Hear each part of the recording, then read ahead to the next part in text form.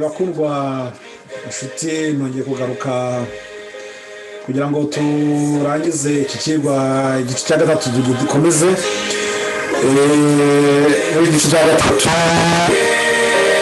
niyo tugiye kureba ndabihandura byari bimaze kugaragara nubwo ko igice cyari cyane tukabona akarengane kari kahagurutse ndetse ako karengane kakaba satani yari gukoresha abapagani yibwira ko yenda yari gucarana ariko bikaba byarapfuye imfabusa mu gice cya kabiri twabonye yuko abakarangane ntakashobora kuba muri ahubwo byagiye byaturuka ahubwo ko itorero rirushaho kugira imbaraga ndetse benshi babonaga ubuhamya babona ko abantu b'Imana bari kwigana bagahitamo no kubacika satani bavuga ati natwe ahubwo tugiye kurinda ahubwo turabona ko hari abatari koko rero satani yavuze ko biri kucanga cyane yigaramo uburyo bwo kujya gute no kujya gushinga irengera n'itorero ry'abana agiye agenda ashatse uburyo yakwizigama kugira ngo noneho abana b'Imana bagaragara ko bagiye nkeya ntibarusheho kongera gushikama kandi koko ibyo ngibyo yarabikoze abigeraho ariko icyo twabonye ni uko ngo muri ubwo yabikoze gutyo bwose ntahawe gusigara bakeya ariko barashika baravuga ati ibi ntabwo byakwemera. Aha rero tuntu habonye kuboneka amatsinda abiri, ayo matsinda abiri niyo tugiye kureba muri iki gice cya gatatu. Noneho muri amatsinda abiri turahita natwe tubona uruhare rwacu muri iki gihe gikomeye nk'iki rero turimo, aho rero twibaza nanone za mpamvu ako karengane na n'ubu tutari kukabona no karenga aho bari kutumererwa nabi ngo twicwe nk'uko byabaga muri igihe cya kera. Mbese ibyo bizongera kubigaruke, ibyo nabyo twagombye kubyibaza tukabisobanukirwa. Mureke rero turebe neza uko bigiye kugenda, nyine turebe neza ayo mahame yabashikamyeho, ayo ngayo natwe nezadutera gushikama kugira ngo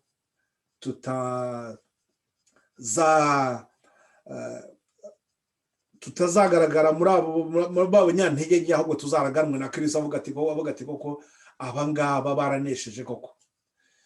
Gaho rero mureke twongere turagize Imana, kuko iyo tubumbuye ijambo ry'Imana satani aba afite ubundi buryo bwinshi ashobora gukoresha. Hari abari muri kunkurikira, ari nanjye waba uri kugira ibyo mbabwira, satani afite uburyo bwinshi ashobora gutuma bimwe bitumvikana nk'uko byagombye kumvikana. Dusaba Imana idufashe, itegure imitima yakirira ijambo, kimwe nuko nanjye uri kubabwira nanjye ni kugira ibyanjye nivugira ngo mvuge ibyo Imana ishaka byatugirira akamaro twese.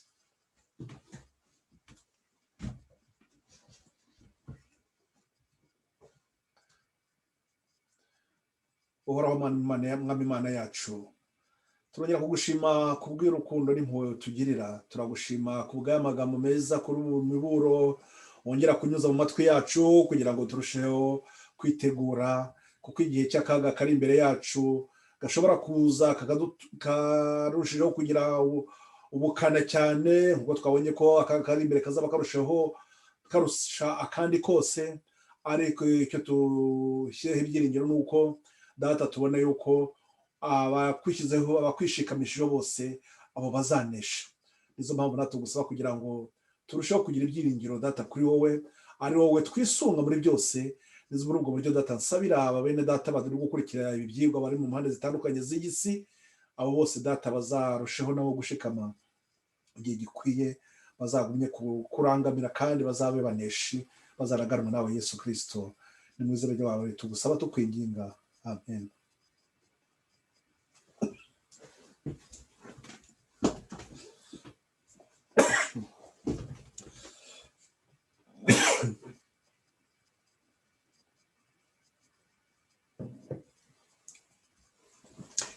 Ubwo rero aho twari tugereje mu kanya, twari tumaze kubona yuko hagiye kuzaboneka ibihande bibiri kuri iki gice cya gatatu.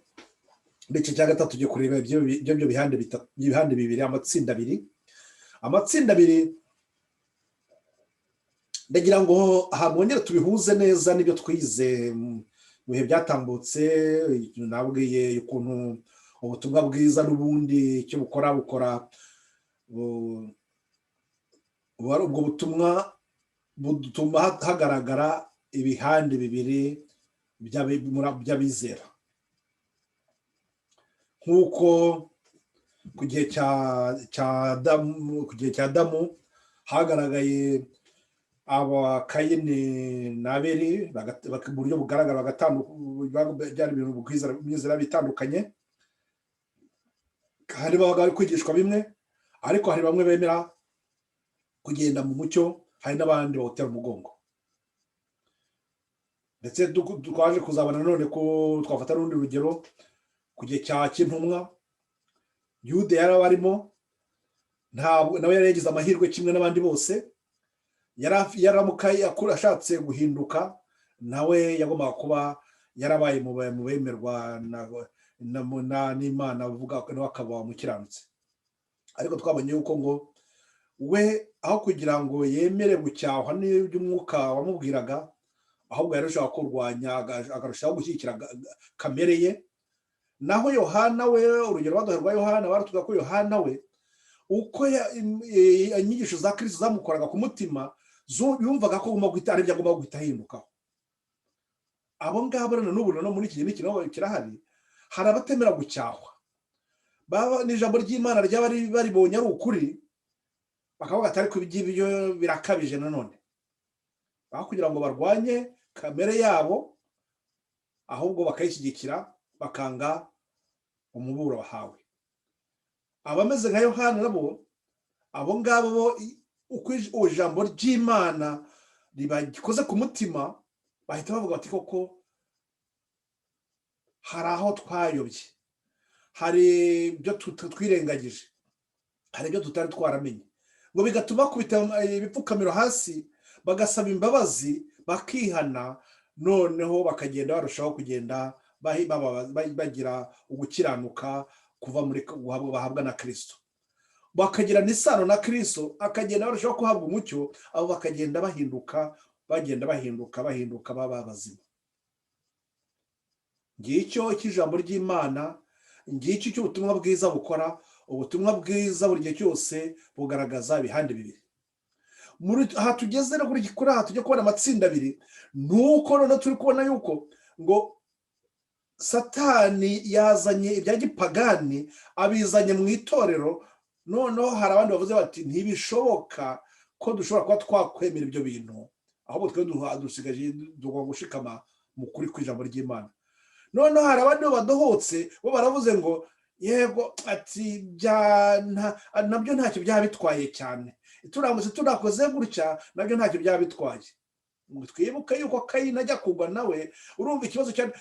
Imana yari imubwiye ngo dore igitambo mugomba kujya uko muza inyigisho rero bahaye, avuga ati muzajya mutamba igitambo kiva amaraso, kuko icyo gitambo kizagera kibibutsa umucunguzi wanyu n'abasezeraniye uzaza.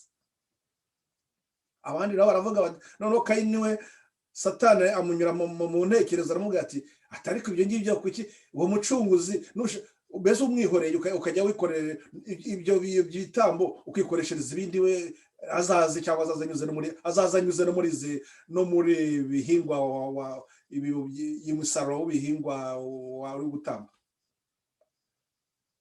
muri kumva Imana iri kubabwira ati iryo somo no kugira ngo mujye uko mumenya amaraso mujye muhita mwibuka ko hari umucunguzi uzamena amaraso.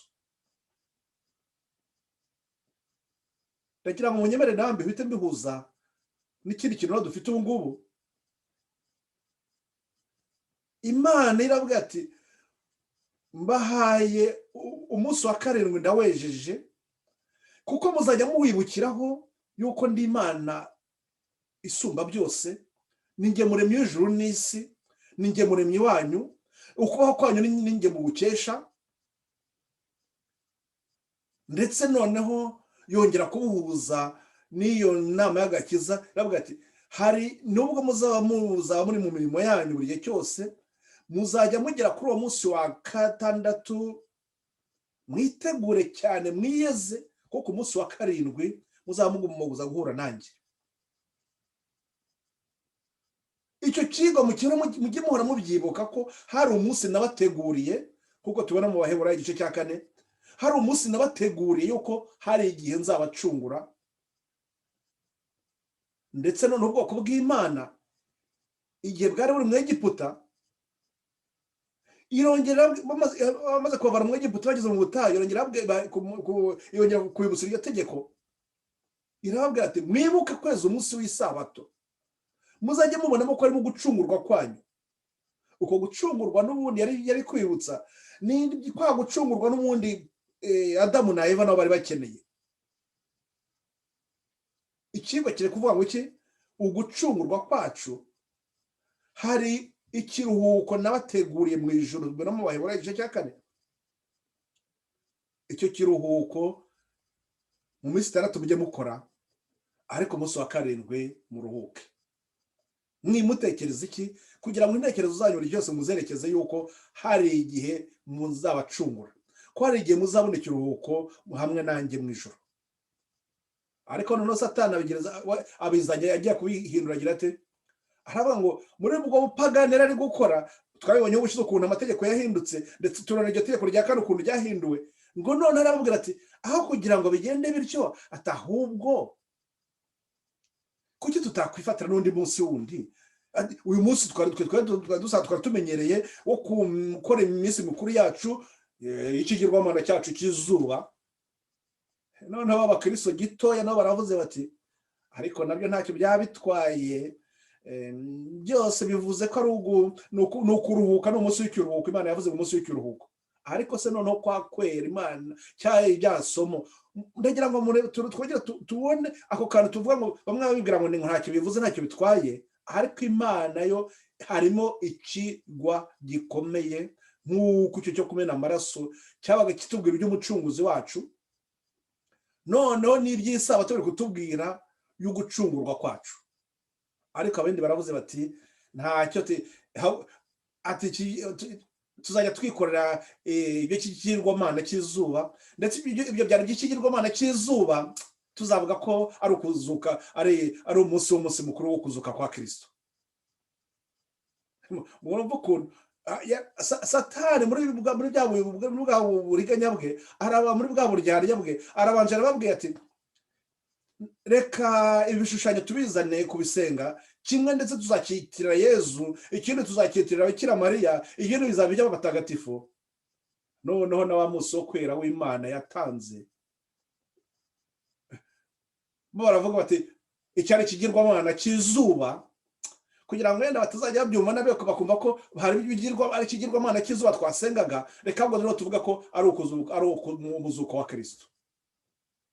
Bene data, nkurikiye aka kanya, mufata kandi kanya ubwanyu, mwongere mutekereze kuri kundi kubabwira, murebe niba uwo mutego Kayini yaguyemo, aho umutego atari wo nanone abo bari tumaze kubona bari abapagane banyujijwemo, noneho bari abizizera gitoya nabo bakawugwamo, bakavuga bati nta kibyo bigirwamana turabyakiriye, ariko tubihindura tubihande mazina, ndetse tubivuga bimwe n'ibya Yezu, ibindi n'ibya Bikira Mariya, ibindi n'by'abatagatifu, ndetse noneho mu byerekeye n'isabato y'Imana nayo igomba kwezwa, ahubwo byo bizaba ibyo gusenga, ntabwo bizaba ari ibyo kuvuga ngo ikigirwamana, ahubwo bizaba ari ukwibuka ukuzuka kwa Kristo. Ariko ubushize nibuka ngo n'abasobanurira naberetse ko muri iryo torero twabonye kuva kiriya gihe cya mbere kurinda tugera muri ya myaka 300,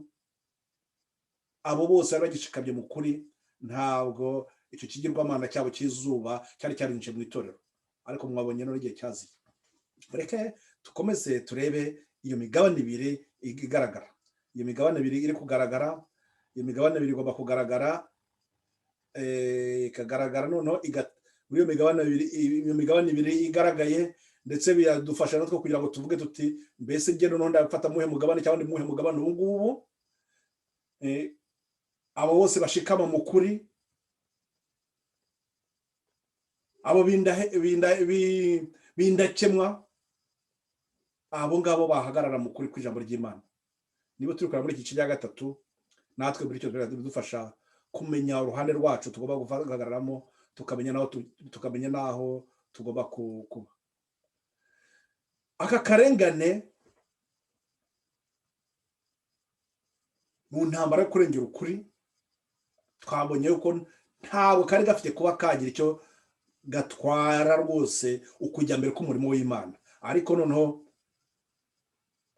gushaka ikintu cyatuma ukwera kw'itorero kwandura, niho Satani yafatiye abantu muri ibi nyine, ari kubereka ko ari byo kuzana ibya gipagane bikinjira mu itorero ry'Imana. Mu bihe byose nk'uko turi kubibona mu mwanya, mu bihe byose by'itorero habayeho amatsinda abiri. Ubwo nibyo twakwibukiranye yuko kuva kuri Kayini na Abeli, ibyo bihande bibiri bita bigaragara: abemera kugenda mu mucyo, bemera kuyoborwa na Kristo. Hari n'abandi none bo bahitamo kuba abarwanya ukuri nka Kayini, bakanga iby'Imana ibabwiye ubwo bakikora iby'intekerezo zabo zibabwiye, bakigira mu by'imihango. Abo ngabo none bakagenda bararongotana. Ayo matsinda abiri, mu bihe byose abantu bavuga ko ari abayoboke ba Kristo bagiye baba mu matsinda abiri.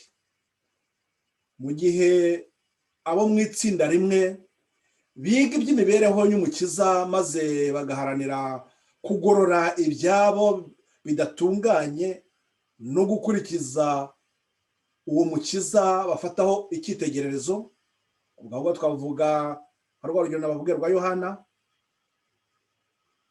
Hari abandi bo muri rindi tsinda bo birengagiza ukuri gusobanutse kandi gufatika gutuma ibicumuro byabo bijya ahagaragara. Bagiye kubyirengagiza kubera iki? Kubera ko bagiye kwirengagiza uko kuri, kubera ko uko kuri kuratuma ibicumuro byabo bijya ahagaragara.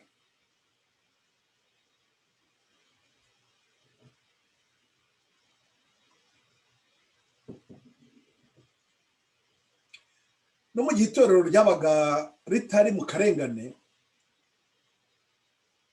ntabwo abarigize bose babaga ari abanyakuri, intungane cyangwa se indahemuka.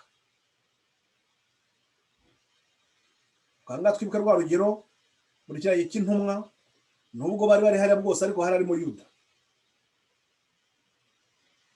nawe yagira amahirwe kimwe n'abandi bose, ariko we twabonye ko yabaye mu bahe muri ririya tsinda ryirengagiza ukuri gusobanutse kandi gufatika, uko kuri gutuma ibicumuro byabo bijya ahagaragara.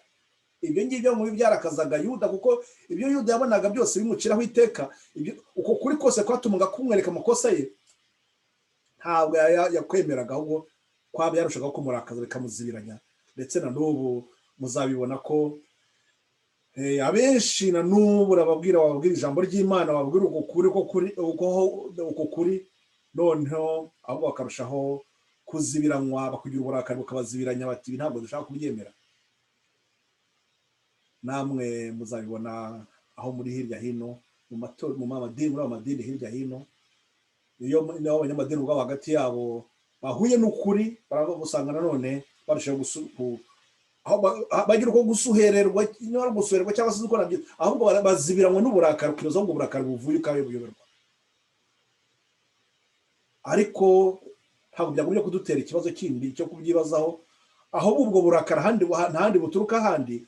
Ubwo burakari buturuka kuri kwa gukora kwa Satani, bwa burakari bwatumye Kayini ahaguruka akica murumuna we, amuziza kuko ibyo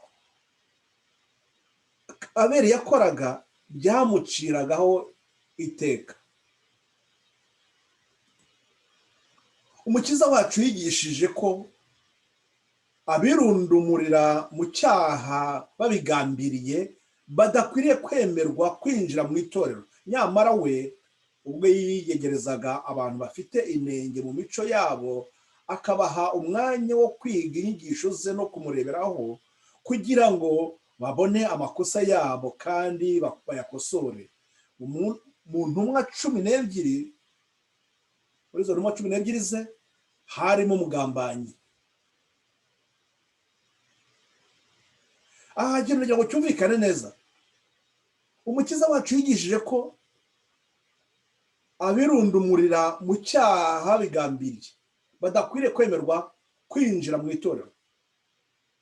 Kwinjira ahangaha ntabwo bavuze ko itorero ritagomba kwakira abo banyabyaha, we yari abakira kugira ngo bahinduke, ariko abo banyabyaha nta nshingano bashobora kuba bafata yatuma noneho nabo baba bakwitwa nk'aho ari abatwara mucyo. Nta mucyo baba bafite, baba bakeneye uwo kwakira uwo mucyo, noneho bakaba ari bwo bashobora kugira bate, bashobora kugenda bakajya kwigisha abandi. Agiye bose bafite izo nyigisho z'ibinyoma, abo ngabo baba bagomba, nta mwanya baba bagomba kuba bagira wo kugira ngo babe mbese nizampumyi. Kristo avuga ngo impumyi ntabwo yarandatiye n'ubwo zose zigirete zigwa mu rwobo. Abo ngabo noneho bakora ibyaha byo babigambiriye, abo ngabo nyine baba ari abakozi ba Satani, nta mwanya baba bafite mu murimo w'Imana. Abahitamo kugundira ibibi batandukana n'umucyo. Nibuke ko ibyo turi kureba turi kubona none igihe cy'umucyo n'igihe cy'umwijima, ibyo bintu biri kumwe, bigenda aho umucyo uyumuritsika kugira ngo noneho umwijima uve mu nzira. Noneho umwijima nawo ugasanga ahubwo ba nyiri gutwara uwo mwijima bagashaka kuwubudikisha ku bantu bose kugira ngo noneho abenshi baba uko kuri kwagombye kumurika, uko kuri gusibangana. Ngaho bitugaragara nuko ngo Yuda yemerewe kuba umwe mu ntumwa bidatewe n'inenge zarangwaga mu mico ye, ahubwo yemerewe bitewe n'uko izo nenge zirengagijwe. Abanyabyaha abakirwa mu itorero ntabwo bagira vuga ngo uriya we ngo twashaka kumwakira cyangwa uri twamwakira. Oya, abo bose bemerewe kuza mu itorero ry'Imana kugira ngo noneho bigishwe. Ntabwo bavuze ngo baje bagomba kugira ubushobozi bwo kutangira gutanga ibyabo ngo noneho ngo bisimbuzwe uko kuri bagombye kuza kwakira, ahubwo bo baraje kugira ngo bakire uko kuri, noneho ibyabo babishyire ku ruhande. Uwo Yuda yegerejwe abigishwa kugira ngo yigire imico ya Gikristo ku nyakuri, ku nyigisho za Kristo no ku rugero rwe, bityo abashishwe kumenya ibicumuro bye, kubyihana no kwejesha umutima we kumvira ukuri afashijwe n'ubuntu bw'Imana. Nyamara Yuda yanze kugendera mu mucyo yahawe ku buntu. Yuda yanze kwakira umucyo pe. Ubyibuka yari aherewe ubuntu, ariko abandi uko iminsi yagendaga yigira imbere kugira ngo bahinduke, ahubwo yarushagaho kugenda yinangira, umutima we urushaho kuba igihanda. Kwirundumurira mu cyaha byamuteye kwirukururira ibigeragezo bya Satani. Ingeso mbi zarangwaga no mu mico ye zageze aho zisigara zimwitegekera. Yeguriye intekerezo ze gutegekwa n'imbaraga z'umwijima, akarakazwa n'uko bamucyashye kubera ibyaha bye, bityo ibyo bimugeza ku gukora icyaha cy'ubugome cyo kugambanira umwigisha we. Uko rero niko abagundira ibibi kandi bavuga ko ari intungane banga abababuza amahoro bacira iteka imigenzereze yabo y'icyaha. Iyo babonye uburyo nabo bagambanira abashatse kubereka ibyiza bari bakwiriye gukora nk'uko Yuda yabigenje. Aha turi kubona akanono k'akarengane noneho gashobora kuboneka none mu itorero neza n'abandi bitwaga bavuga ngo babanye, ni uko babandi batemera guhinduka nabo bakora nka Yuda, kubera kubabwira ibintu bigombye gutuma bahindura imigenzereze yabo, yaho kugira ngo babyemere, ahubwo bagira bate, barushaho kuba babi, ndetse bakarushaho kugambanira abashatse kubereka ibyiza bari bakwiriye gukora. Ibyo byose biciraho iteka ibyo bishimira, ibyo bigatuma banga ukuri, bakaba biteguye kuba bagambanira ahubwo na bagenzi babo.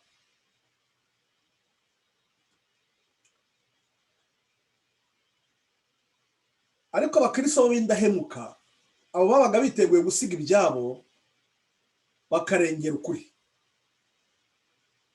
Abakristo b'indahemuka babandi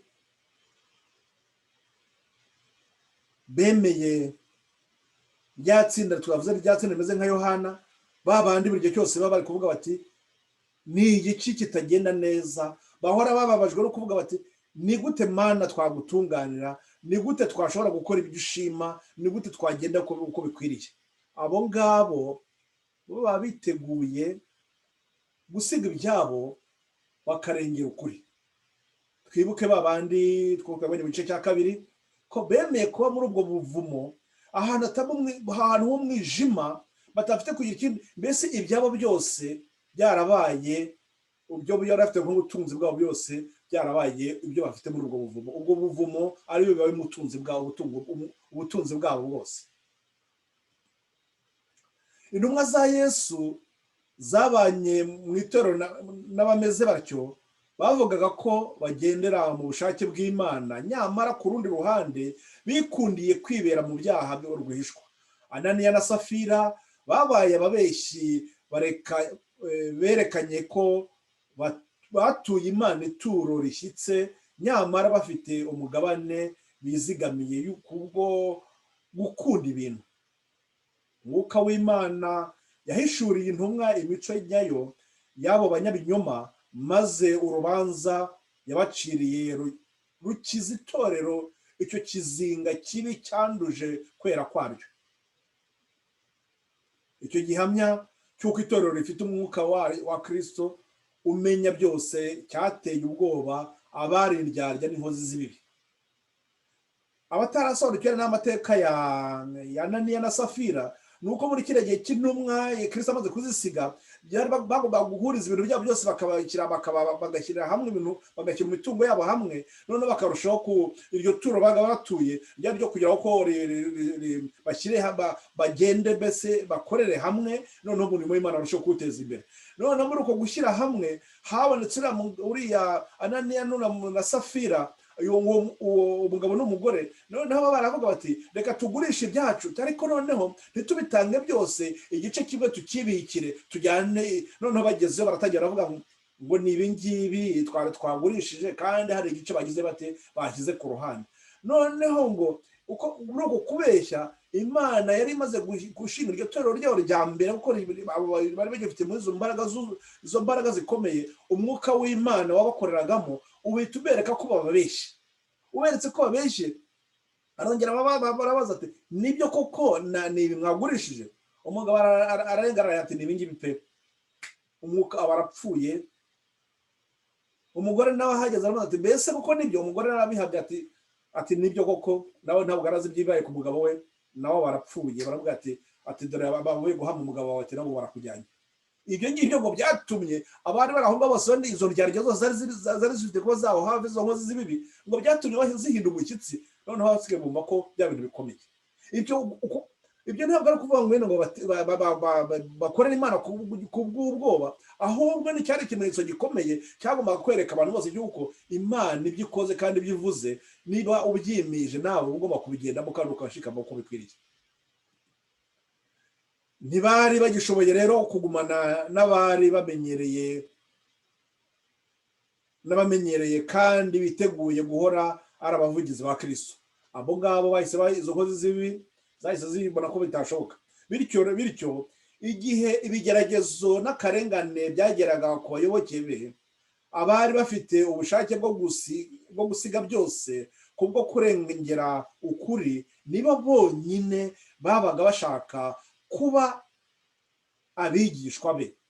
Ku bw'ibyo, uko akarengane kakomezaga kubaho, itorero ryagumyaga gusa n'iririmo abantu baboneye, cyangwa harimo abantu baboneye gusa.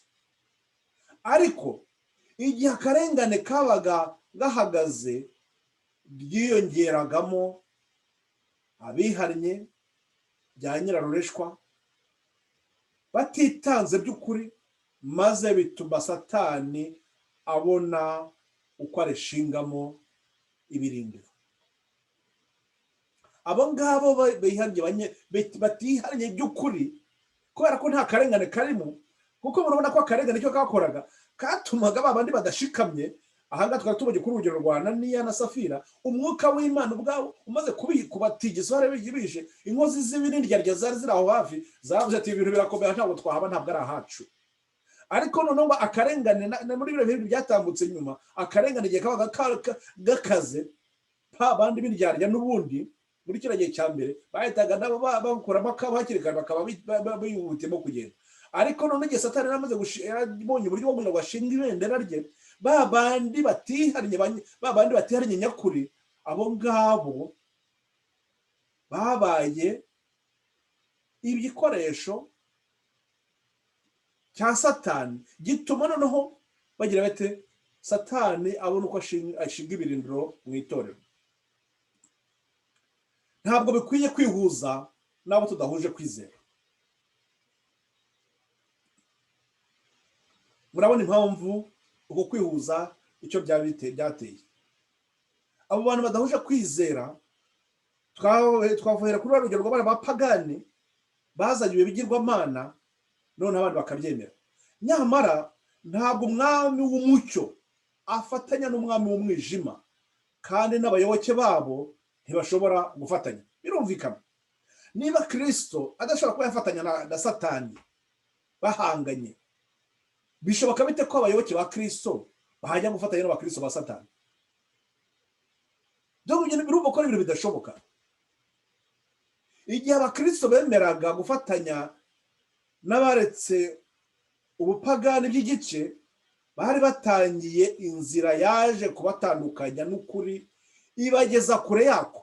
Satani yishimiye ko yashoboye gushuka abayoboke ba Kristo benshi atyo.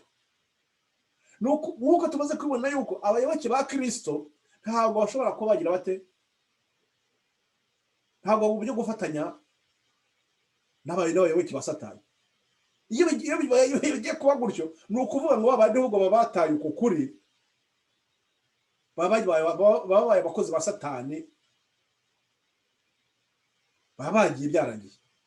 Ariko noneho urumva ko bamwe babitwaza bavuga ngo ntacyo turi abakristo natwe, nubwo bwose byose utabyemera, ariko turi abakristo. Bijya bintangaza, hari njya numva abantu bavuga ngo turi abakristo, ariko ngo ntabwo tukora ibyo abakristo bidusaba, ngo les chrétiens no pratiquent. Emeza uvuge ngo ntabwo ndi umukristo birangire. Umukristo uri umukristo cyangwa ntabwo uri? Ntabwo aburyo uvuga ngo ndi umukristo ariko ntabwo nkora ibyo ubukristo bidusaba. Oya, niba udakora ibyo ubukristo bigusaba ntabwo uri umukristo. Ni ibihande bibiri, hari inzira abakorera Kristo, hari n'abakorera Satani. Nta hagati habaho, hari ibihande bibiri, hari amatsinda abiri. Ibyo tubimenye, tubishyire mu ntekerezo zacu. Hari amatsinda abiri, ahubwo icyo gihe bituma umuntu avuga ati ngewe ndi muri he tsinda, uhagaze muri he tsinda? Ndi mu tsinda rya Kristo cyangwa mu tsinda rya Satani?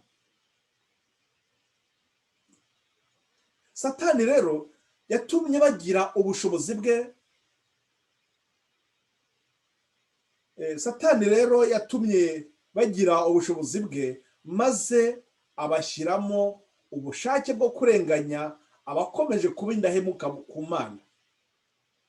Nta muntu wajyaga kumenya uko yarwanya kwizera kwa Gikristo nyakuri kurusha abari barahoze bagushyigikiye mu gihe cyashize, kandi abo bakristo bayobye bafatanyije na bagenzi babo bavangaga ubupagani n'ubukristo, barwanyije ingingo z'ingenzi kurusha izindi ziranga inyigisho za gikristo. Abo ngabo nyine nibo bagiye kuba inkomyi y'umurimo. Akarengane ntabwo kari kabaye inkomyi y'umurimo, ariko bagiye kuba inkomyi y'umurimo n'abo ngabo bahindutse gitoya. Abo ngabo bari kwiyitirira ngo n'abakristo kandi n'abakristo ko ntabwo bakora ibya gikristo. Abanambye kuri Kristo barwanya urugamba rukomeye kugira ngo abifuzaga kunamba kuri Kristo bashobore kurwanya bashikamye ibinyoma ndetse n'ibintu biteye ishozi byinjiraga mu itorero byiyoberanyije mu murimo wo guhuza abantu n'Imana. Byabaye ngombwa ko barwana urugamba rukomeye. Abantu ntibemeraga ko Bibiliya ari ishingiro ryo kwizera. Batangiye bavuga bati ntabwo twemera ko Bibiliya ari ryo shingiro ryo kwizera, ahubwo icyo bigiye kuba ishingiro ryo kwizera ni ibyo twebwe ubwacu twumvikanyeho. Abo bapagane nawe tw'abakristo, ibyo twebwe twumvikanyeho, twicare hamwe twumvikane ku bintu ibyo ngibyo nibyo bizagira ishingiro ryo kwizera kwacu. Nibyo twibuke amagambo mu Efeso igice cya 15 hariho umwami umwe, ukwizera kumwe, hariho itorero rimwe, umubatizo umwe. None aho ngaho bagiye kuvuga ngo iki?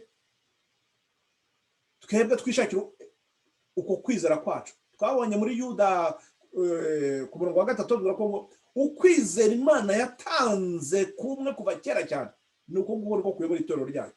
Ariko noneho aho ngaho bagiye kugira bate? Bo bagiye kwishakira ibyabo bizera, aribyo noneho bigira bate? Aribyo bagenderaho.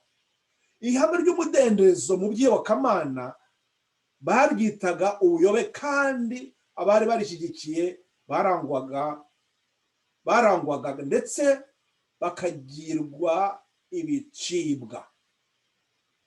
Abo ngabo, abo bantu bemera ko Bibiliya ari ishingiro ryo kwizera, abo ngabo bagiye kuba iki? Barangwa ndetse bagirwe ibicibwa. Mwibuke ka karengane twabonye by'agahembe gatoya kagomba kugira gute? Kagomba kurwanya ukuri kw'ijambo ry'Imana. Ni ukuvuga kagiye kuzagira gute? Baziza no ukundi kwizera. Uko kwizera nizo mpamvu usangana n'ubu ngubu abantu bamwe muravugana mwangiza bavuga ati nge kwizera kwanjye ni uku nguko, undi nanjye kwizera kwanjye ni uku. Nibyo rwose mu byemeze ko kwizera kwanjye, ariko ntabwo kwizera ari kwizera kw'ijambo ry'Imana. Ntabwo kwizera ibyo twabonye kwatanzwe rimwe kuri uko twabonye muri Yuda umurongo wa 3. Ntabwo uko kwizera ariko akuri turi kubona mu Efeso kuri kira gice cya 5, ahubwo ni ukwizera kwanyu bitewe n'ibintu mwiyumvikaniyeho mu bigize ihame ngo rigiye kuyobora iki? Rigiye kuyobora abantu ngo mu nzira ngo bajyane mu ijuru. Mumenye ko abantu ntabwo bari kujya mu ijuru. Abantu ubwo ahandi bantu bari kugana, bari kugenda mu irimbukiro, bari kugenda aho kwizera ibyo bizeye bibajyana, ariko ntabwo bari kugenda mu nzira y'ukuri kw'ijambo ry'Imana. Twibuke yuko hari inzira ebyiri gusa zonyine, nta nzira ya gatatu iriho. Yagisho dushobora kubona hari inzira imwe ijyana mu gakiza, inzira y'agakiza, hari n'indi nzira iganisha irimbukiro. Abo ngabo bose banze umucyo, bose bari kugana hehe? Bari kurorongotana muri izo nzira zabo bagenda bishakira bakabajya, ariko bose bari kurorongotana.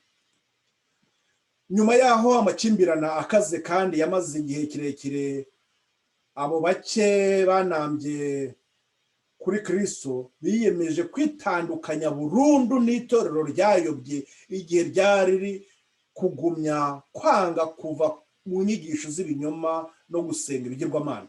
Abo ngabo b'indahemuka babonaga ko uko gutandukana ari ngombwa cyane niba bagomba kumvira ijambo ry'Imana. Niyo bagiye gufata Bibiliya ari igishingiro ryo kwizera, babonaga ko nta bundi buryo bundi bifite, hagombaga kuboneka iki? Gutandukana n'abo banyabinyoma bafite batangiye kwizana ukwizera kwabo. Ntabwo tugomba kugira dute?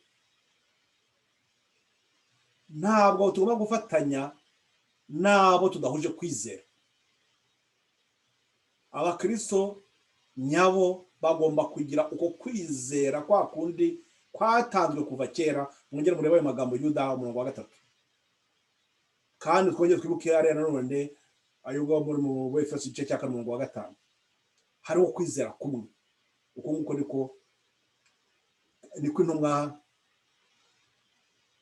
zatojwe, nibyo Kristo yabatoje muri kiriya gihe cyabigishaga byose, ari kugira ngo bose abagarure kuri urwo rufatiro rw'ubutumwa bwiza.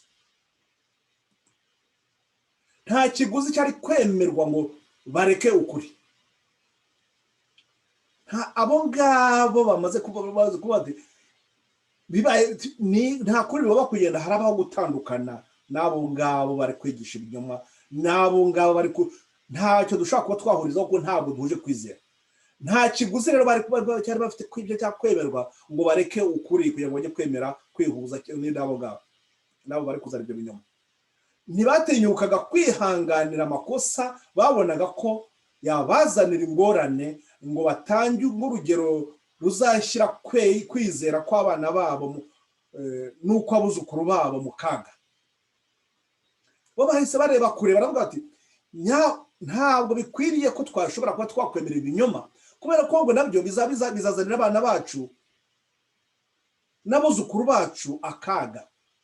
Kugira ngo haboneke amahoro n'ubumwe, bari biteguye kuba bagira icyo ari cyo cyose bumvikanaho na bagenzi babo kitanyuranye no gukiranukira Imana kwabo.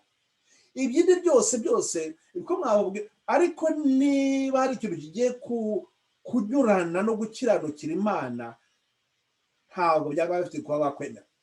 Ni ukuvuga ngo nta mishyikirano igomba kuba ku byerekeranye n'ibyo ijambo ry'Imana.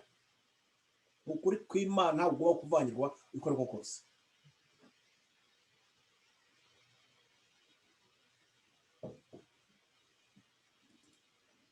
Nyamara biyumvagamo ko ayo mahoro yaba aguzwe igiciro kikabije kuba cyinshi, abaye aguranwe kureka amahame bagenderagaho. Babonaga ko kugira ubumwe biramutse bibonetse biturutse ku kudohoka, ku kuri no gukiranuka, icyaba cyiza ari uko habaho gutandukana, ndetse yemwe byaba n'intambara, iyo ntambara ikaba. Bo nguko uko bemeye ko bagira bati nako karengane ntabwo ari kuvuga ngo intambara, bano kuvuga ngo bazahaguruka barujye mu mitsi n'ibindi. Izo mbaraga ntazo bafite kujya guhangana n'amahanga byose n'abo bategetsi bakomeye kuri yo si. Ahubwo baravuga ati nimushaka muzakora ibintu mushatse byose.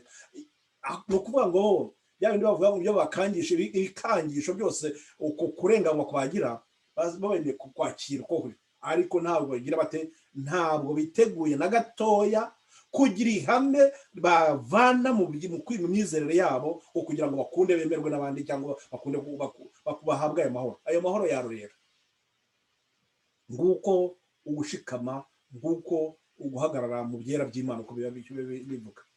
Amahame y'ukuri yakomeje kurwanywa na benshi. Ayo mahame y'ukuri yakomeje kurwanywa na benshi.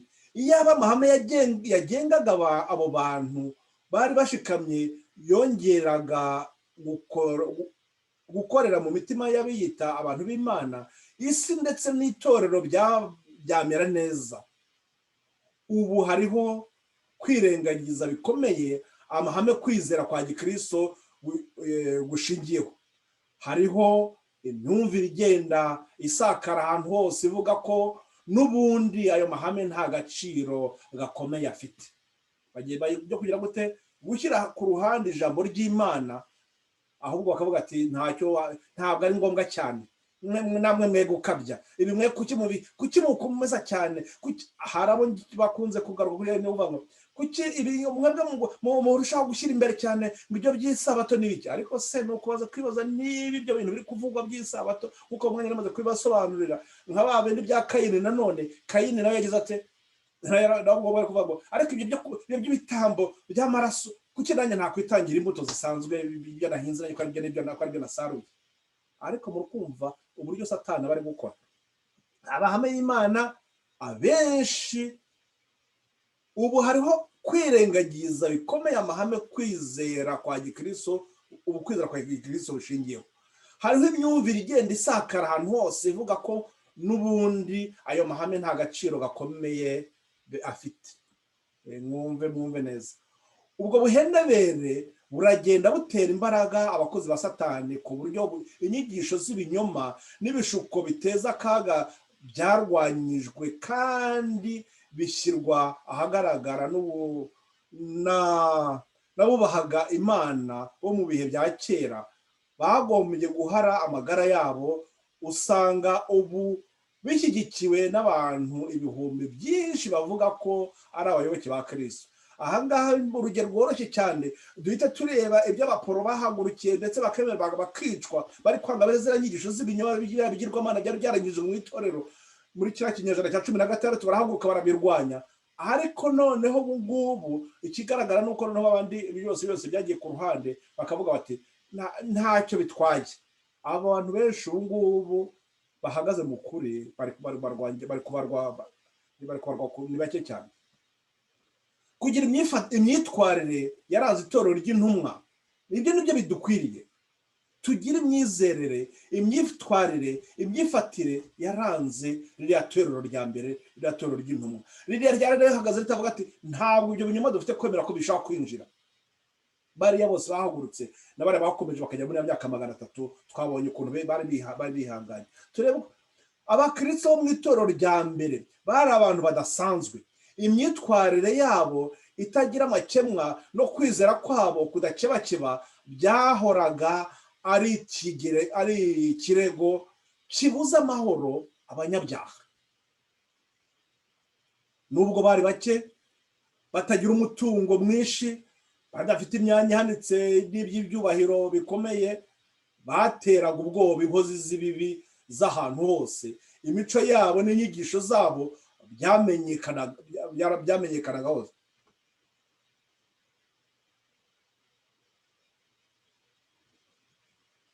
abo bose ahantu izo nyigisho z'intumwa zageraga zatumaga byateraga ubwoba izo nkozi z'ibibi zose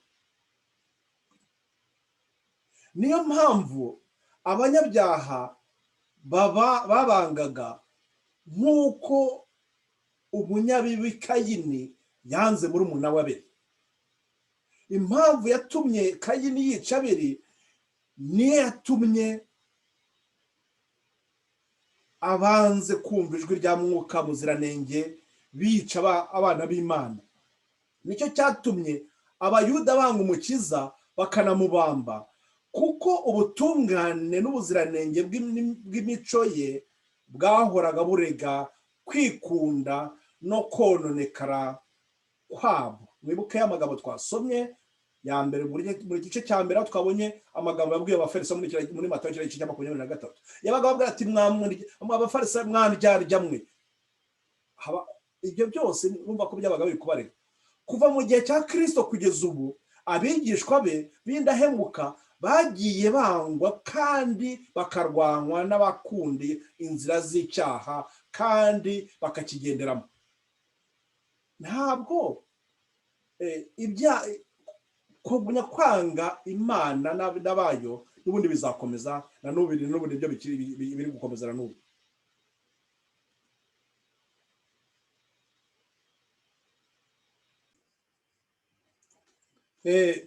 aho twari turi kubona ukuntu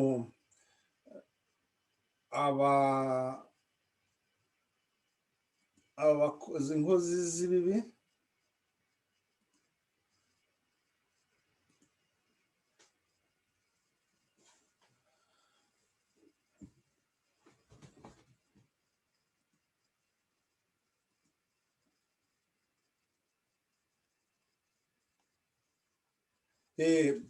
izo mpamvu tumaze kubona ukuntu abanyabyaha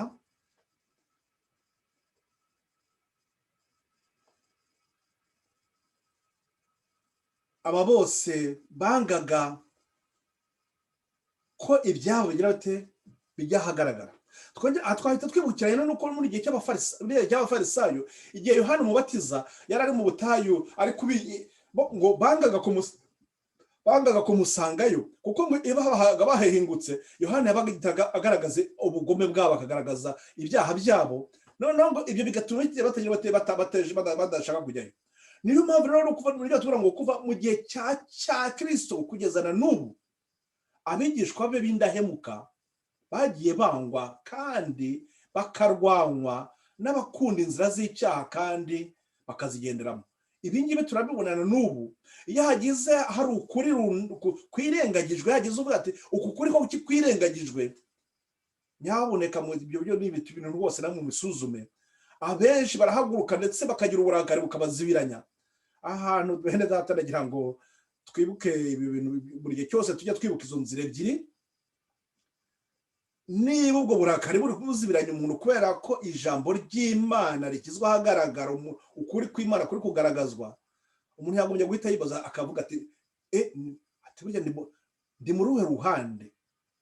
Kuko iryo ntabwo ari ishyaka ry'Imana, ntabwo ari ishyaka Kristo abakize mu bantu, ahubwo ni babandi n'ubundi b'abakozi ba Satani, babandi babasha kugumya kugoreka ukuri kw'Imana, noneho ndetse barabikoze barashatse guhisha uko kuri. Noneho uwo mucyo iyo wongeye ukagaruka, hakagira uwo imbaraga z'Imana zagendera zikaba zamwe zivuga ati hari ibintu n'ibindi utasobanukiwe, ati biriya ntabwo wabisobanukiwe kubera ko byaba byarahishwe, noneho byaba bigiye kugaragazwa. Babandi bakorera Satani bagahaguruka bati bakazubiranwa n'uburakari ngo ibyo bintu ntabwo bivuye hehe, ibyo ntabwo dushaka kubyemera. Hakaba biki bikagana kuri ya matsinda abiri. Ya matsinda abiri impamvu bagomba kuboneka nuko babandi babonye ukuri, babonye uwo mucyo, nabo badashobora kugira bate, badashobora kwihanganira kureka uwo mucyo babonye basobanukiwe. Ntabwo bashobora biteguye kuba nabo bavuga ati natwe ntabwo twakwihanganira kureka uyu mucyo ngo dukunde tubane namwe. Ahubwo icyo gihe haboneka iki? Haboneka amatsinda abiri mu buryo bugaragara. Habagomba kugira bute, habagomba kugaragara ugutandukana kugaragara. Bamwe bemeye kugera mu mucyo bagakomeza mu mucyo, abo ngabo nabo bemeye kuba abanyabinyoma, bemeye kugera muri ubwo bushukanyi bwa Satani, abo ngabo nyine bakaba abakozi ba Satani. Ubutumwa bwiza rero mu bihe nk'ibi turi kwibona, ubutumwa bwiza si ubw'amahoro rero nk'uko abenshi babibona. Ariko se ni gute ubutumwa bwiza bwaba atari ubw'amahoro? None se akarengane, tuvuge ko akarengane kagiye gutuma ubutumwa bwiza butaba ubutumwa bwiza bw'amahoro? Hapaya, ntabwo ariko biri. Ahubwo iyo abo bantu, izo nkozi z'ibibi zemeraga ubwo butumwa bwiza, amahoro yasakara hose. Ariko kubera ko izo nkozi z'ibibi zigumye kwemera ko abakozi ba Satani ibibaciraho iteka byose n'ubu bazabirwanya. Ibyo byose bigaragaza amakosa yabo, bigaragaza ububi bwabo, bazabirwanya.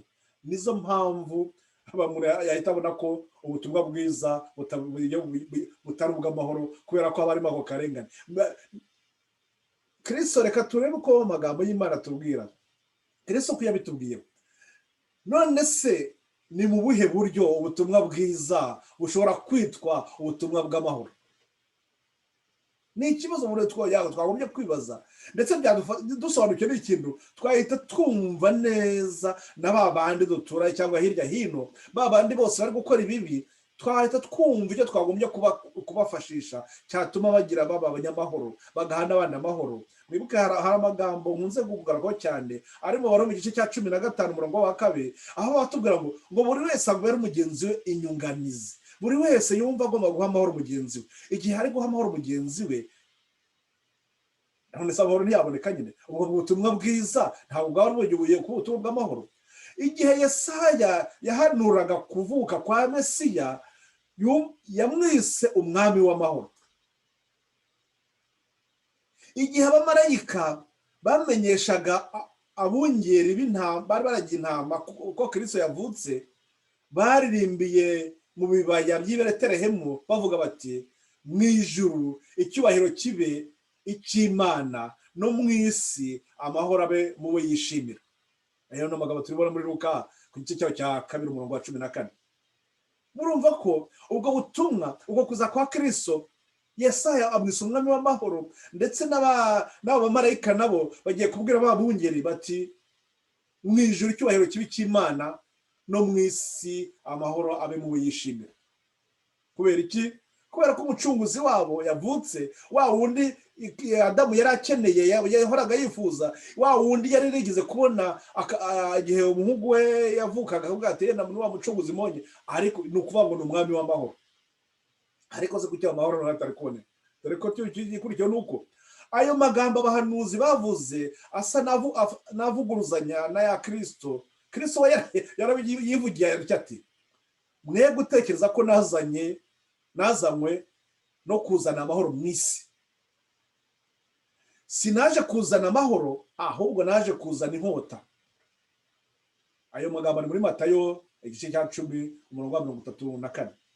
Nyamara iyo usobanukiwe neza izo mvugo zombi, usanga zivuga rumwe rwose.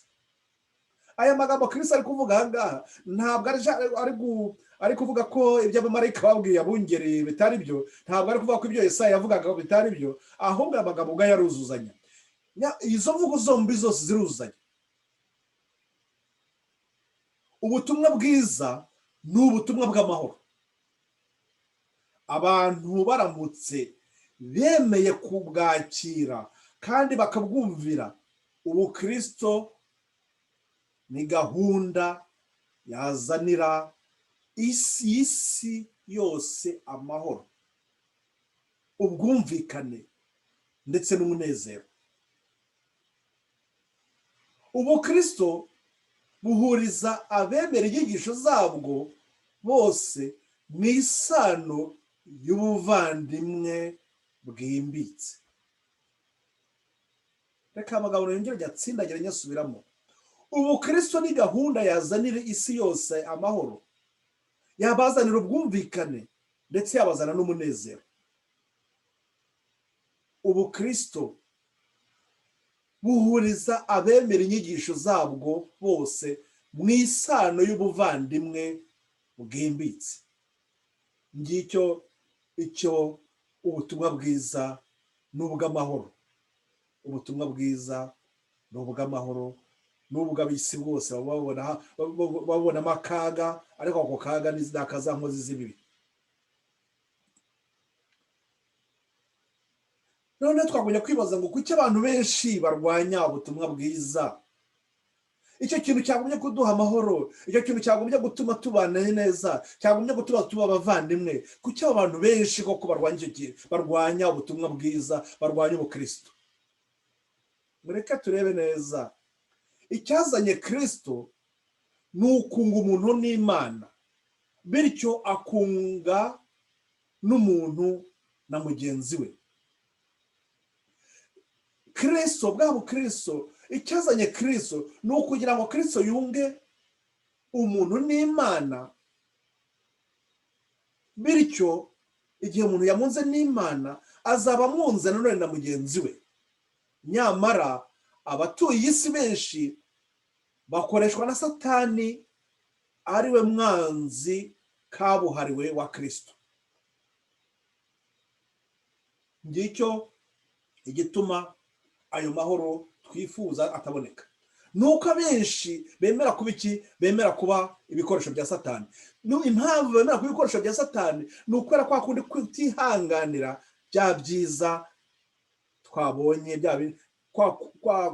kudashaka guhinduka kwa kundi byabaye kuri Yuda na bya Kayini, byo kugenda kubikurikira intekerezo zabo, byo kugifata bakahita none bahitamo kugenda kuri iryo bendera rya Satani.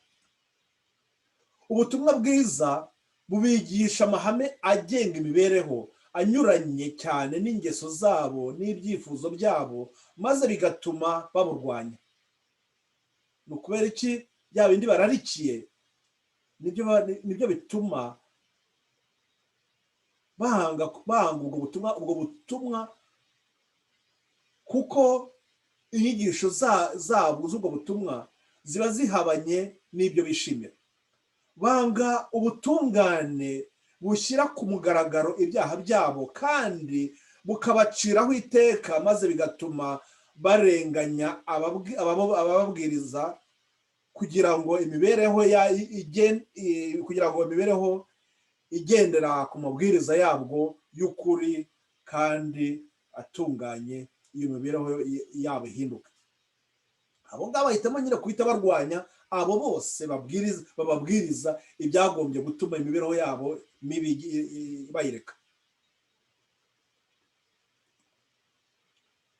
Ni muri ubwo buryo ubutumwa bwiza bwiswe inkota, kuko ukuri bwigisha kubyutsa urwango n'amakimbirane.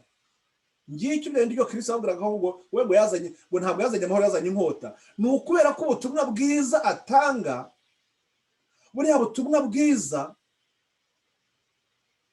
bushyira ahagaragara ibyaha by'abantu, buriya butumwa bwiza buciraho iteka ibikorwa bibi byabo. Uko kuri bwigisha bubyutsa urwango n'amakimbirane. Bibwira ko aha ngaha bishobora kutworohera kubona neza uruhande duhagazeho igihe turi kuzibiranywa, ukuri kw'ijambo ry'Imana kuduteye uburakari, tukatuzibiranya ku buryo twaba twiteguye kuba twagirira nabi bagenzi babo babe kubitubwira. Twagombye kuba tumva uruhande twagiyemo, turi mu rwanda. Icyo igihe cy'umucyo, igihe cy'umwijima, twumve neza ko ibyo bihe bizahoraho. Ariko noneho reka, hari ibibazo bimwe tugomba kwibaza, none twagomba kugera kurushaho kwibaza. Kuki Imana yemera ko intungane zirenganywa? Nicyo ni ikibazo wenda bamwe bashobora kuba bibaza. Bashobora kuba babaza ati none se kuki Imana ko kwitabarengera? Ndetse ibyo nanjye ndabyibaza, hari igihe nigeze kwibaza impamvu cyari cyatumye Yohana Umubatiza yarishwe kandi Yesu yari kumwe nawe.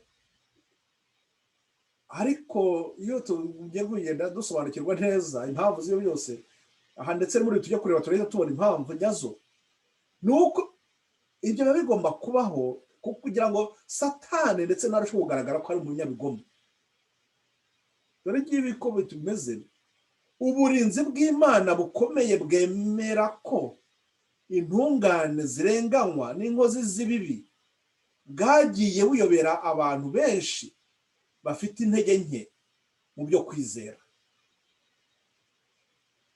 Bamwe bageza n'aho benda kureka kwiringira Imana kwabo, kuko ireka abantu basaye mu byaha bakaba abakire, mu gihe abeza kandi b'intungane bo bababazwa kandi bagashinyagurirwa n'ubushobozi bwabo banyabibi. Ibi ngibi byaba bifite kuba byatuma ba bantu bafite kwizera gukeya, bafite intege nke mu kwizera, bari bafite kuba bakwibaza ibintu bavuga ati none se kuki uko Imana yishobora kwemera ko abanyabyaha ndetse bashobora kugira n'imitungo bakamererwa neza, ariko noneho abana b'Imana ahubwo ugasanga bo babi mu bibazo bike, babi mu bibazo. Baribaza abantu kandi bakongera kwibaza bati bishoboka bite ko Imana ikiranuka y'inyembabazi kandi ifite ubushobozi butagira iherezo yakwihanganira akarengane n'ubugome bimeze bityo? Icyo ni ikibazo tudashobora gukemura ariko iyo tugiye mu byumvire neza tubona impamvu zabyo.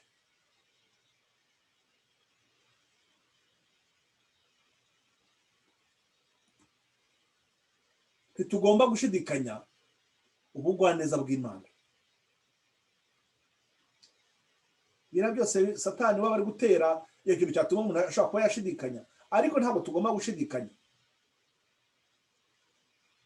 Reka turabibona neza. Imana yaduhaye ibihamya bihagije by'urukundo rwayo, bityo ntitugomba gushidikanya ubugwaneza bwayo, kuko tudashobora gusobanukirwa uburyo iturinda. Niba tutari gushaka kubisobanukirwa neza, tutari gusobanukirwa icyatumye biriya biba, bamwe bati Imana kuki ishobora kwemera ko abantu bapfa? Ariko iyo twagombye kwibaza, mbese bicwa n'abandi? Ni izo nkozi z'ibibi, izo Satani. Ariko ku bikorwa gutyo, Satani nawe barushaho kwigaragaza. Umukiza yabonye mbere y'igihe gushidikanya kwari kuzagerageza imitima y'abigishwa be bageze mu gihe cy'akarengane n'imibabaro myinshi, maze arababwira ati, mwibuke ijambo nababwiye nti umugaragu ntaruta shebuja, niyo barandenganije namwe bazabarenganya. Muri Yohana igice cya 15:20. Ni ukuvuga ko iyo wabaga ari kurenganywa n'ubundi bagomba guhita bibuka bavuga ati ariko ntabwo ari twebwe ba mbere, kandi umukiza wacu yari yabitubwiye. Ariko muri ako karengane harimo ikiza cyabivagamo. Yesu yababajwe ku bwacu kuruta ukundi muyoboke we wese yababazwa n'ubugome bw'inkozi z'ibibi. Ababazwa by'agashinyaguro ndetse bakicwa bahorwa kwizera kwabo, baba bageze ikirenge mu cyabo mu cy'umwana w'Imana ukundwa. Iyo bari kurenganywa, baba bari kugera ikirenge cyabo mu kirenge cy'umwana w'Imana ukundwa, Kristo, urwo yapfuye, uko bamwanze. Ni ukuvuga ngo niho bari kugenda, nicyo nabo ubwabo bari kurushaho kugaragaza ko bemeye ko batsinze. Nicyo kimenyetso cyegera kwereka Satani ko bamutsinze, kuko ibyo byose Satani aba yabikoze agira batera abantu ubwoba kugira ngo abereke ko, ababwira ati ibyo ngibyo muri kubikora kubera iki? Kuki muri kwemera gushigama ku mahame y'ijambo ry'Imana? None abantu bakamubwira bati, Satani icyo wakora cyose twebwe ntabwo dushobora kuva ku ijambo ry'Imana. Ndetse none Satani agahagurukira kubarwanya, Imana ikavuga ati nshobora kwemera ko barwanya, nshobora kwemera ko wanabica, ariko ariko bazakwereka ko ibyo bigeragezo byose byo gukora byose ari impfabusa, umugambi wawe dushobora kugerwaho. Nguko igituma abana b'Imana bagomba gushikama. Ntabwo Imana rero irebera, ahubwo irindira ko umugambi wayo usozwa.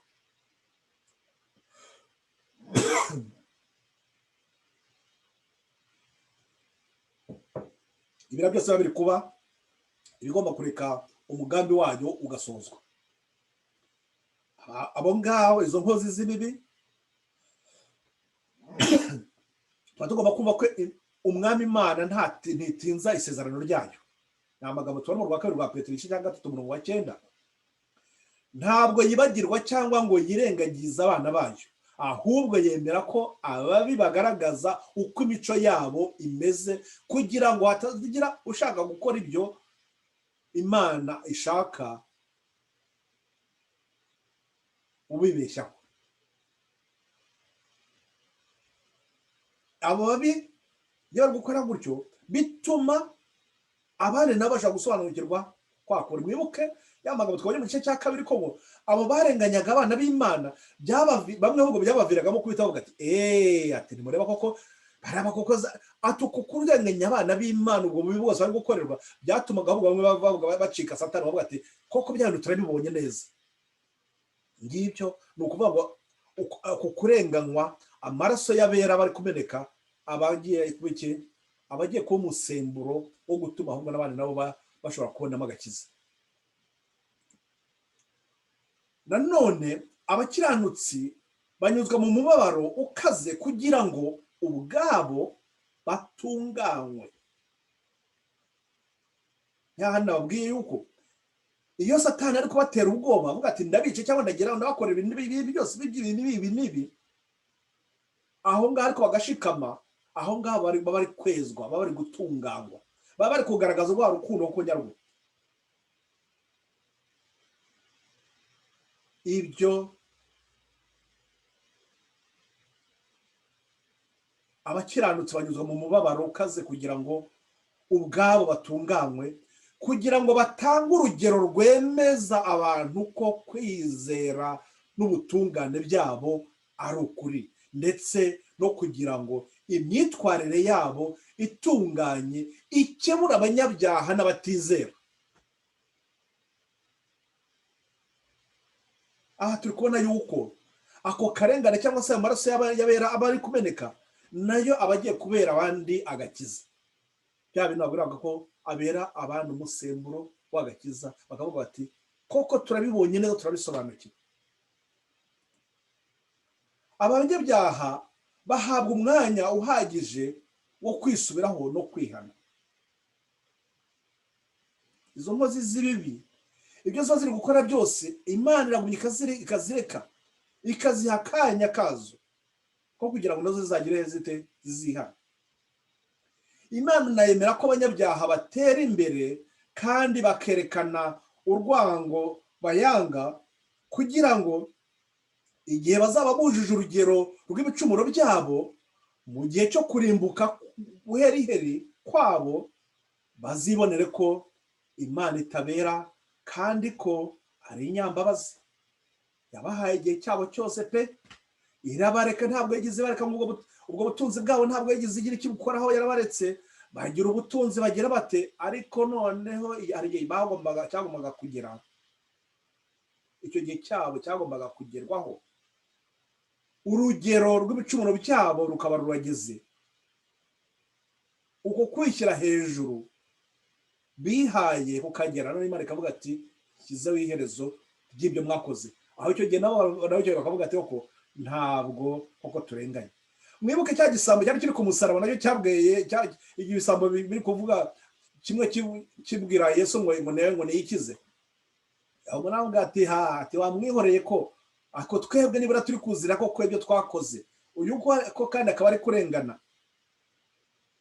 Ibyo kubiziranira iki?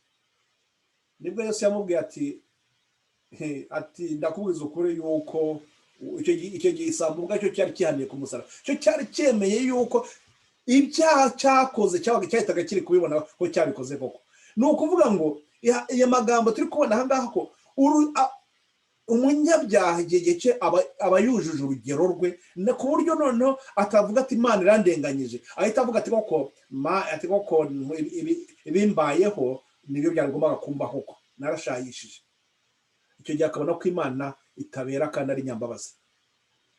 Umunsi wo kwihorera kwayo uri bugufi, ubwo abagome, abo bagomeye amategeko yayo bakanarenganya ubwoko bwayo, bazahabwa ingororano ikwiriye ibyo bakoze. Ubwo buri mugome n'akarengane kose bakoreye intore z'Imana zayinambyeho, bazabihanirwa nk'ababikoreye Kristo ubwe. Ubwabo rwose ibyo ni ukuvuga ngo bizaba bitambuka imbere yabo, bihita bibona nk'aho ari Kristo babikoreye uwo mwanya. Nuko rero bene data, turangirije aha ngaha tubonye ako karengane katari gafite kuba kabuza umucyo w'Imana gukomeza. Ariko noneho tubonye nanone ba nyiri ugushyigikira umwijima uko babikoze.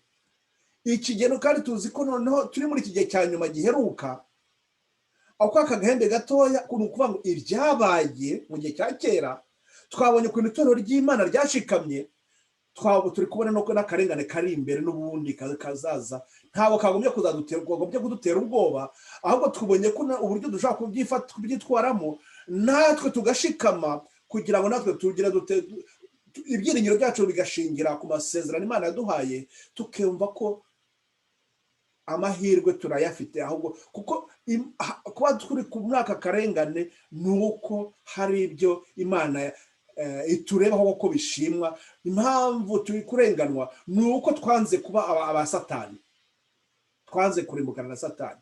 None abo bose nanone bari kubikora, bazaba nabikora gutyo, hari bamwe nanone mu gushikama kwacu nanone kuzatuma n'abandi bagira bate bashobora gufata uruhande rwiza, nabo bakajya bakemera kurenganywa, bakamera kuba umusemburo nabo w'agakiza ku bandi.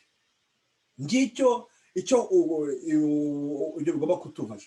Ariko none icyo tugomba kureba no kwibaza ngo muri gihe cya nyuma hari bamwe nanone bazarushaho kumenya kuba inkozi z'ibibi. Kuki none kuri ubu nta karengane turi kubona kari kugaragara? Kuki ubu tutari kukabona kandi tuzi ko kazi kari imbere? Hari ikindi kibazo amatorero yo muri iki gihe cyacu agomba kwitaho. Intumwa Pawulo yaravuze iti, abashaka kujya bubaha Imana bose bari muri Kristo Yesu bazarenganywa. Niyo magambo nabasoma mu rwa 2 Timoteyo kuri igice cya 3 umurongo wa 12. None se kuki akarengane, kuki kurenganya ubwoko bw'Imana bisa n'ibyacogoye cyane rwose umunani byo turi no kubona? Nicyo kibazo twakibaza. Abashaka kujya bubaha Imana bose bari muri Kristo Yesu bazarenganywa. None kuki akarengane nta kari kuboneka muri iki gihe? Impamvu imwe rukumbi ibitera nuko itorero ryataye ukwera kwaryo rigakurikiza iby'abisi bakora, ku buryo nta gituma barirwanya. Ntabwo iyobokamana ryo muri iki gihe cyacu rirangwa n'imico itunganye yarangaga kwizera kwa Gikristo kwabo mu gihe cya Kristo n'abo mu gihe cy'intumwa ze. Ntabwo iyobokamana ryo muri iki gihe rirangwa n'imico itunganye yaranze kwizera kwa Gikristo kwabo mu gihe cya Kristo n'abo mu gihe cy'intumwa ze. Rya torero rya mbere ryari ryashikamye. Kristo azagaruka aje kureba iki? Azagaruka aje kureba itorero rye. Azaba aje kureba maze bate? Azaba bahagaze bafite uko kwizera, abo bashikamye nabo, abo bazaba bafite bahagaze ku mahame nk'itorero rya mbere. Rya torero yasize, ubu ryarisize, abazaba bameze bariko ni bazaba baje kureba. Twongera twibuke yuko hari abahagarara mu kuri, hari n'abari ku kuri, ariko abaretse ukuri bagiye kuba iki? Babaye abasatani, abakuzi ba Satani. Ntabwo ntabwo ari abakristo, ngo ni abasatani. Ni ukuvuga ngo hari abakristo, hari n'abasatani. Ntabwo hariho abakristo badakora ibya Kristo, ahubwo hari abakristo bakora ibyo Kristo basaba, ibyo Kristo yaberetse, umucyo bayoboramo. Hari n'abasatani, abo basatani abo bose barwanya uko kuri. None icyo bari kutubwira ngo ni kubera iki ngubu noneho abo ngabo ba Satani batari guhaguruka ngo barwanye abo ngabo bahagaze mu kuri? Niba tubwira ngo muri iki gihe turimo iyobokamana ryo muri iki gihe cyacu ntabwo rirangwa n'imico itunganye, nizo mpamvu nta karengane turi kubona. Muri iki gihe ubukristo bwifatanyije n'isi, nta kwera kurangwa mu bahamya ku munwa ibya Kristo. Ubu ngubu abenshi nyine bahamya ngo turabakristo, ariko nta kwera kw'abakristo kuguhari. Nizo mpamvu abo bose ba Satani bari kugumya kutembera n'ingota zabo, bavuga ati bari hehe se abo ngabo? Nyine abo ngabo bari hehe? N'ubundi bagomba guhagarara ku byera by'Imana bari hehe? Bakababura, kubera ko abiyobokamana ryo muri iki gihe ntabwo bihagaze neza nko mu gihe cya mbere. Nizo mpamvu muri iki gihe haba hakeneye ngo ivugurura, haba hakeneye hagomba kuboneka umucyo w'ubugorozi. Uwo mucyo w'ubugorozi ugomba gutegura abatwaramucyo. Abo batwaramucyo bagiye guhangana n'iki gihe cya nyuma. Abo ngabo baraza kuboneka, baragaragara, baraza kujya bagaragara uko bitubwira twigira imbere, kuko bazagumya kugera bavuga bati ntabwo bitushobora kubyemera. Nibwo bazatangira bavuga ati bavuze bati ntibatabyemeye, nibwo babandi bazavuga ati hete babandi turabamoye, batangiye kugaragara. Abo ngabo none igihe bazatangiye nabo kurenganywa, abo ngabo ngo nibyo bizatuma noneho n'abandi bavuga ati he, ati bya bintu birabaye koko.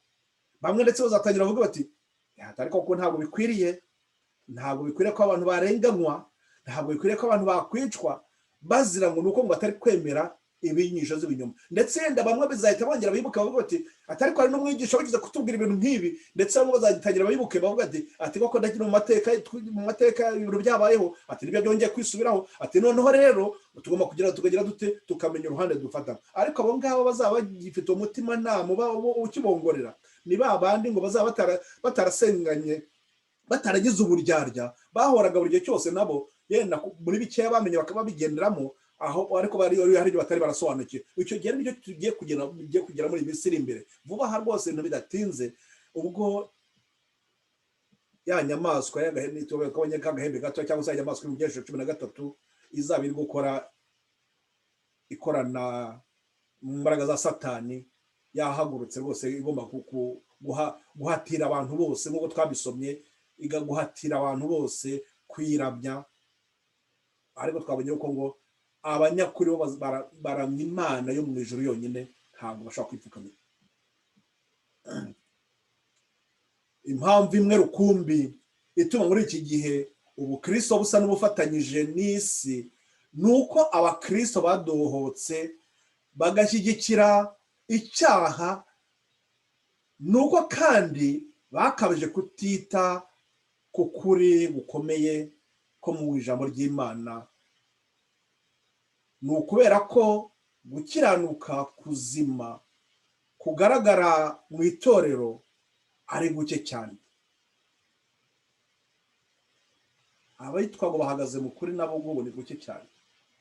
Ndumva hari amagambo Kristo no yabwiye umugara wa Yeremiya, aramubwira ati gaho Yeremiya ati zenguruka muri Yerusalemu yose, aturebe niba harimo nibura umuntu umwe wubaha Imana, umwe wenyine. Yarakuvuga ati ashaka Imana iri gushaka umuntu umwe gusa muri Yerusalemu yose. None hanga naho turi kusoma amagambo atubwira ngo impamvu imwe rukumbi ituma muri iki gihe ubukristo busa n'ubufatanyije n'isi nuko abakristo badohotse bagashyigikira icyaha, nuko kandi bakabije kutita ku kuri gukomeye ko mu ijambo ry'Imana. Ni ukubera ko gukiranuka kuzima kugaragara mu itorero ari guke cyane, ni guke cyane. Ahangaha Imana yabwiraga Yeremiya, mwibuke ko muri kiriya gihe umuhanuzi Yeremiya yahagurukijwe muri kiriya gihe cya nyuma, ubwoko bw'Imana bwari bugiye kuzajyanwa i Babuloni, bugiye kuzahabwa igihano cyo kujyanwa i Babuloni, bwari bwarashayishije cyane. Maze Imana namubwira ati ngaho zenguruka muri Yerusalemu. Ni Yeremiya igice cya 5 mwahera kuri umurongo wa mbere, ati zenguruka muri Yerusalemu nzima yose urebe niba harimo nibura umuntu umwe ukiranuka. Nicyo gihe natwe turimo, abakiranutsi ntibagaragara. Nizo mpamvu akarengane nako ubona ntako. Nihabaho ivugururwa mu kwizera n'imbaraga byarangaga itorero rya mbere, muzirebera uko umutima wo kurenganya uzongera ukabaho, kandi imiriro yo kurenganya izongera gukongezwa. Nihabaho ivugururwa, uri kubabwira yuko ubu hakenewe iki? Hakenewe umucyo w'ubugorozi, umucyo wo kuvugurura, wo kugira ngo uwo mucyo w'ubugorozi urakenewe kugira ngo rya torero ry'Imana risubizwemo imbaraga. Ukwera kwarangaga itorero rya mbere, uko kwera kongera kugaragara, maze niramuka bibaye muzabona ko ka karengane kazongera gahaguruke. Ngibyo nshuti bavandimwe, aho tugeze cyangwa ibihe turimo ni uko bimeze. Ndongera kubahamagarira kugira ngo dufata kandi kanya turebe neza aho duhagaze, twibuke ko hari za nzira ebyiri gusa zonyine, turi abakristo cyangwa ntabwo turi. Ya mvugo yo kuvuga ngo turi abakristo ngo ariko ntabwo dukora ibya Kristo, nous sommes des chrétiens non pratiquants, oya, ibyo ngibyo biveho. Turi abakristo cyangwa ntabwo turi bo. Ni ukuvuga ngo duhari inzira ebyiri, jya hariya cyangwa jya hariya. Amagambo ndumva ari muri Yohana mu gice cyaho cya 12, niba nibuka neza ku murongo wa 26, niho Kristo navuga ngo aho Kristo ari niho umugaragu we nawe agomba kuba ari. Ni ukuvuga ngo niba turi abakristo tugomba kujya aho Kristo ari, ntabwo tujya ku ruhande rwa Satani. Nta kinyoma, nta bwumvikana, aho mudahuje kwizera ntacyo muhuriye, ntacyo muhuje na gitoya. Tuhagarare mu kuri, dushikame ku ijambo ry'Imana. Ubu turi kurangiza tubona yuko ako karengane ntacyo kaba gatwaye, ahubwo tubonye ko kaba kari gashobora kurushaho kutweza. Ako karengane kaba kari kweza itorero, ako karengane kabera abandi bari mu rujijo nabo umusemburo w'agakiza. Ako karengane ntacyo gatwaye. Ikibi gikomeye cyane ni icyo cyo gucika intege ubwo kubw'amahoro cyangwa se kubw'umutunzi cyangwa kubwo gushaka gusigasira imibereho yacu muri iyi si. Ibyo ngibyo aribyo byahawe umwanya, nibyo Satani ngo akoresha nk'igishuko. Byabo kuko twabonye ngo ajya gukora igishuko cye gikomeye, ngo yijeje abo bitwagona abahamya b'itorero rye, itorero ry'Imana, yabijeje ngo kubaha ubutunzi bw'isi no kubaha icyubahiro cyo mu isi. Ariko mwibuke ko Kristo yari yaravuga ati ngewe ntabwo nakuramya, niba uri kuvuga ngo nemere nkuramye mbane nawe, yaravuga ati ntibishoboka. Kandi twongere twibuke kira twabonye none yuko ngo nk'uko Kristo atashobora kugirana amasezerano na Satani, niko natwe abana b'Imana abitwa abakristo, abo ba Kristo, nta masezerano bagomba kugira n'aba Satani. Ntaho tugomba guhura n'abo ngabo batahagaze mu kuri kw'Imana. Abo ngabo bameye ku bikoresho bya Satani, ntacyo tuba duhuriyeho. Ahubwo icyo tuba tugomba gukora ni icyo kurushaho kubereka ibyo bibi byabo, nubwo bwose tuba tuzi ko bagomba guhagurukira, bagomba kuzibira ngo n'uburakari bagahagurukira kuturwanya no kutugirira nabi. Ibyo ngibyo ntabwo byagomba kuba ikibazo kuri twebwe, ahubwo icyo tugomba gukora twebwe ni ugukora umurimo, tugatanga umuburo ukuri. Ibindi ingaruka zabyo ntabwo ari ibyo zacu. Kristo we icyo adusaba ni icyo ngicyo. Bene data duhaguruke. Murabona ko muri iki turaburaye twabonye ko mbere ya myaka 300 twabonye ko hari karengane kariho, ariko noneho aho ubupagani bwinjiriye nanone tubonye uko byagenze, kandi ubwo bupagani nabwo buracyakomezana n'ubu. Nizo mpamvu mu nshingano duhamagarirwa niyo kugira ngo dushikame mu kuri. Haba iryo tandukaniro rigomba kugaragara, haba mu bikorwa no mu myumvire, kugira ngo turashobore kugarura abantu mu nzira y'agakiza. Hariho umwami umwe ari we Kristo, hariho ukwizera kumwe, hariho itorero rimwe, hariho umubatizo umwe, hariho Imana imwe, hariho uko kwizera kwaranze intumwa mu gihe cya kera, kuko twabonye muri Yuda, amagambo ari muri Yuda mu wa 3, uko kwizera kumwe twahawe, uko kwizera twaguhawe ku gihe cya Adamu, uko kwizera niko kuzakomeza, niko kwizera kuzagumya kuranga itorero kunda isi irangira. Nuko rero bene data, urushaho gushikama, urushaho kuba inyangamugayo muri byose, murusheho gufasha bagenzi banyu aho bari hirya hino, mubereke izo nzira n'ebyiri. Nyamuneka umuhamagaro Kristo atubwira ati ngaho nitugira umwete wo kwinjira mu irembo rifunganye, kuko igihe cy'imbabazi kiri kurangira kandi kiri hafi. Akarengane ka wa munyabugome Pawulo yavugagaho, akarengane twabonye by'agahembe gatoya, akarengane tubona kiriya nyamaswa mu byahesho 13, tuzi ko imbere yacu karaturindiriye kandi ko agomba kubaho kugira ngo itorero ry'Imana rishungurwe, ryezwe, maze kandi n'abandi bari baraguye mu rujijo babona umwanya wo kwakira agakiza, kuko imbere y'uko igihe cy'imbabazi zirangira ako karengane kazabaza akanyureko, ako karengane kazabaza akanyureko kugira ngo keze itorero. None muri uko kwezi itorero abandi bazagomba kuzazana bavuga bati turaje koko, icyo twagomba kuzarira no kuvuga ngo ni iki kizaba gituma bagomba kurenganywa, ariko nuko bazaba bahagaze bagize bate, bashikamye ku mahame y'ibyanditswe byera. Mwibuke bya bintu ukuntu byaje, bazanye ibintu bya gipagane, ngo ibyo ngo ntacyo, nubwo ari bya gipagane byose, ariko ngo tujye tuva ko ari ibya Yesu cyangwa Yezu, cyangwa se ibindi tuvuge ngo ni ibya Bikira Mariya, ibindi tuvuge ko ari iby'abatagatifu.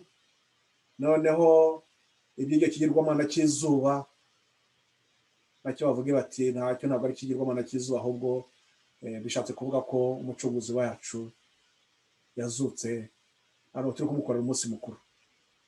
Mwibuke yuko nongeye kubibutsa ko kuva Kristo, kuva muri mucyo Kristo twereka kurinda agera muri myaka 300, kira kigirwamana cy'izuba ntabwo cyari cyagize cyumvikana mu itorero ry'Imana. Kira kigirwamana cy'izuba cyazanywe n'abari bapagani muri mwaka w'igihe cy'abakira mwami w'abami Constantine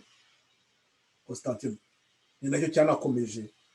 Noneho n'ababandi bagombye kuba bahagaze mu kuri ubu ngubu bari bakuvuga ngo ntacyo bitwaye, n'ibyo twakwikorera burya ntacyo byaba bitwaye. Twongere twibuke yuko ukwizera twahawe ni kumwe, kandi niko kuzakomeza mu itorero ry'Imana. Bene data rero, mwebwe munkurikira kuri Facebook, namwe ndabashima. Imana igumye kubaba hafi kandi igumye kubakomeza, igumye mugira ishyaka yo kugira ngo murusheho gusobanukirwa kandi mwifatire umwanzuro, kuko igihe biyirwa bitinzeho cyane. Mwibuke ko turi kwiga ubutumwa bwa marayika batatu, ubutumwa bwa marayika wa mbere, mwubaha Imana muyihimbaze, kuko igihe cyo gucira abantu urubanza gisohoye. Cya kigwa cya mbere cyo kugira ngo twimenye ko turi abanyabyaha, no kugira ngo dushobore kuba twakwihana, kugira ngo dushobore kugira gutera ya ntambwe yo kugirana isano na Kristo ugomba kutweza, noneho akadutegurira kuzanyura imbere y'intebe y'urubanza. Abo ngabo bari guhamagarwa umunsi, nanone ndi kongera kubibutsa, abo bagiye kugirana isano na Kristo, abo ngabo ni bandi bagiye ushobora kugira none muri wa murimo wa mucyo w'ubugorozi, kugira ngo bazashobore kuhangana n'igihe cya nyuma. Abo ngabo bari bazaraganwa na Kristo agarutse. Ngaho rero mugire ishyaka kandi mushake umwanya wo kuzaboneka muri abo ngabo. Reka turangize dushimira Imana kubw'ibyiza tugira n'uburyo dufasha, maze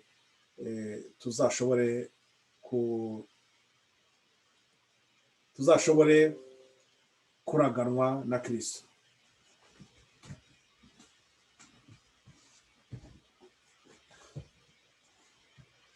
Data wera, uhimbazwe shimwe mwami Imana yacu kubw'ibyiza tugirira kuri aka kanya duhaye, kuri ibi byigwa bikomeye kandi byiza, amagambo wongeye kutunyuza mu matwi yacu kugira ngo afashe ubugingo bwacu, turusheho gusobanukirwa n'intambara turi muri iyi si.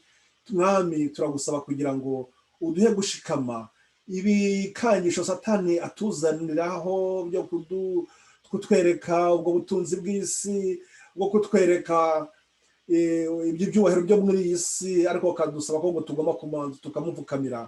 Turagusaba kugira ngo Data uturinde ntituguye muri uwo mutego nk'uwo. Turagusaba kugira ngo utwongerere gushikama, twumve ko ibyiringiro byacu ari wowe tubishyizeho, kandi ko ari wowe uzaturwanira kandi uzatuneshereza. Ahubwo Data uduhe gufata umwanzuro mwiza, tugere uruhande rwiza rw'uko tube abakristo, abo ngabo b'abanyamahoro bifuriza abandi amahoro, ayo mahoro yabuze kubera inkozi z'ibibi, data twe turushe kuyaharanira, tusaba izo nkozi z'ibibi guhinduka zikaza mu butumwa bwawe bwiza, ubutumwa bw'amahoro. Kuko ntatuzi ko isi izarangira n'ubundi izo nkozi z'ibibi zikiriho, turagusaba kugira ngo duhe kwihangana no kwihanganira ibibi byose zikora n'ibyo zidukorera, ahubwo duhe gushikama no kugira ibyiringiro muri wowe.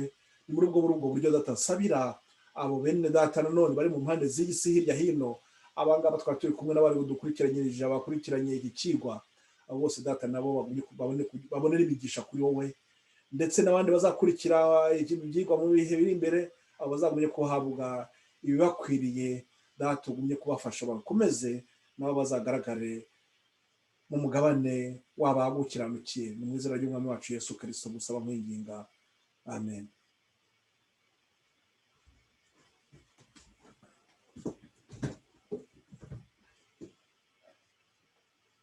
Ubwo rero ikigwa cyari kirangiye ahangaha, cyerekeye n'akarengane twari turi kureba. Tuzakomereza uko Imana izabishima. Hari ikigwa nakunze kumenya ko twakora no kugira ngo nshaka kuzarebana none no kugira ngo tuzarebe igihe twazongera tukagerageza kwimbika kuri ubusobanuro bw'akari agahembe gatoya, kuko nabwo ako kari agahembe gatoya twongera tukakabona none muri Daniyeli igice cya 8. Birasaba ko tuzongera tuzakiga, ndetse ndibwira ko twazagira n'umwanya wo kuzongera kuzarana by'ibyumweru 70 nababwiyeho tugitangira, yuko ziragiye cy'imbabazi iriya miburo Imana yari yatanze, abirengagije iyo miburo ingaruka zabayeho, ariko urakureba kwabaye muri 70, kuko batubwira ngo iyo ni ishusho y'ibizaba mu gihe cyacu cyo kurangira ku isi. Nabyo ni byiza ko twarushaho kubihuza neza, tukumva ubusobanuro uko ubwo busobanuro umucyo biduha, kugira ngo tuzurusheho gushikama. Namwe rero mukumye kugira ishyaka ryo gushaka gukurikirana no gusobanukirwa, nibyo nanjye nzarushaho kubashyira imbere y'intebe y'imbabazi, nanjye basabira, nanjye ari ko murushaho kunsabira. Ubwo rero tuzakumye gushyigikirana. Imana igumye kubana namwe, mugire ibihe byiza, mugire icyumweru cyiza.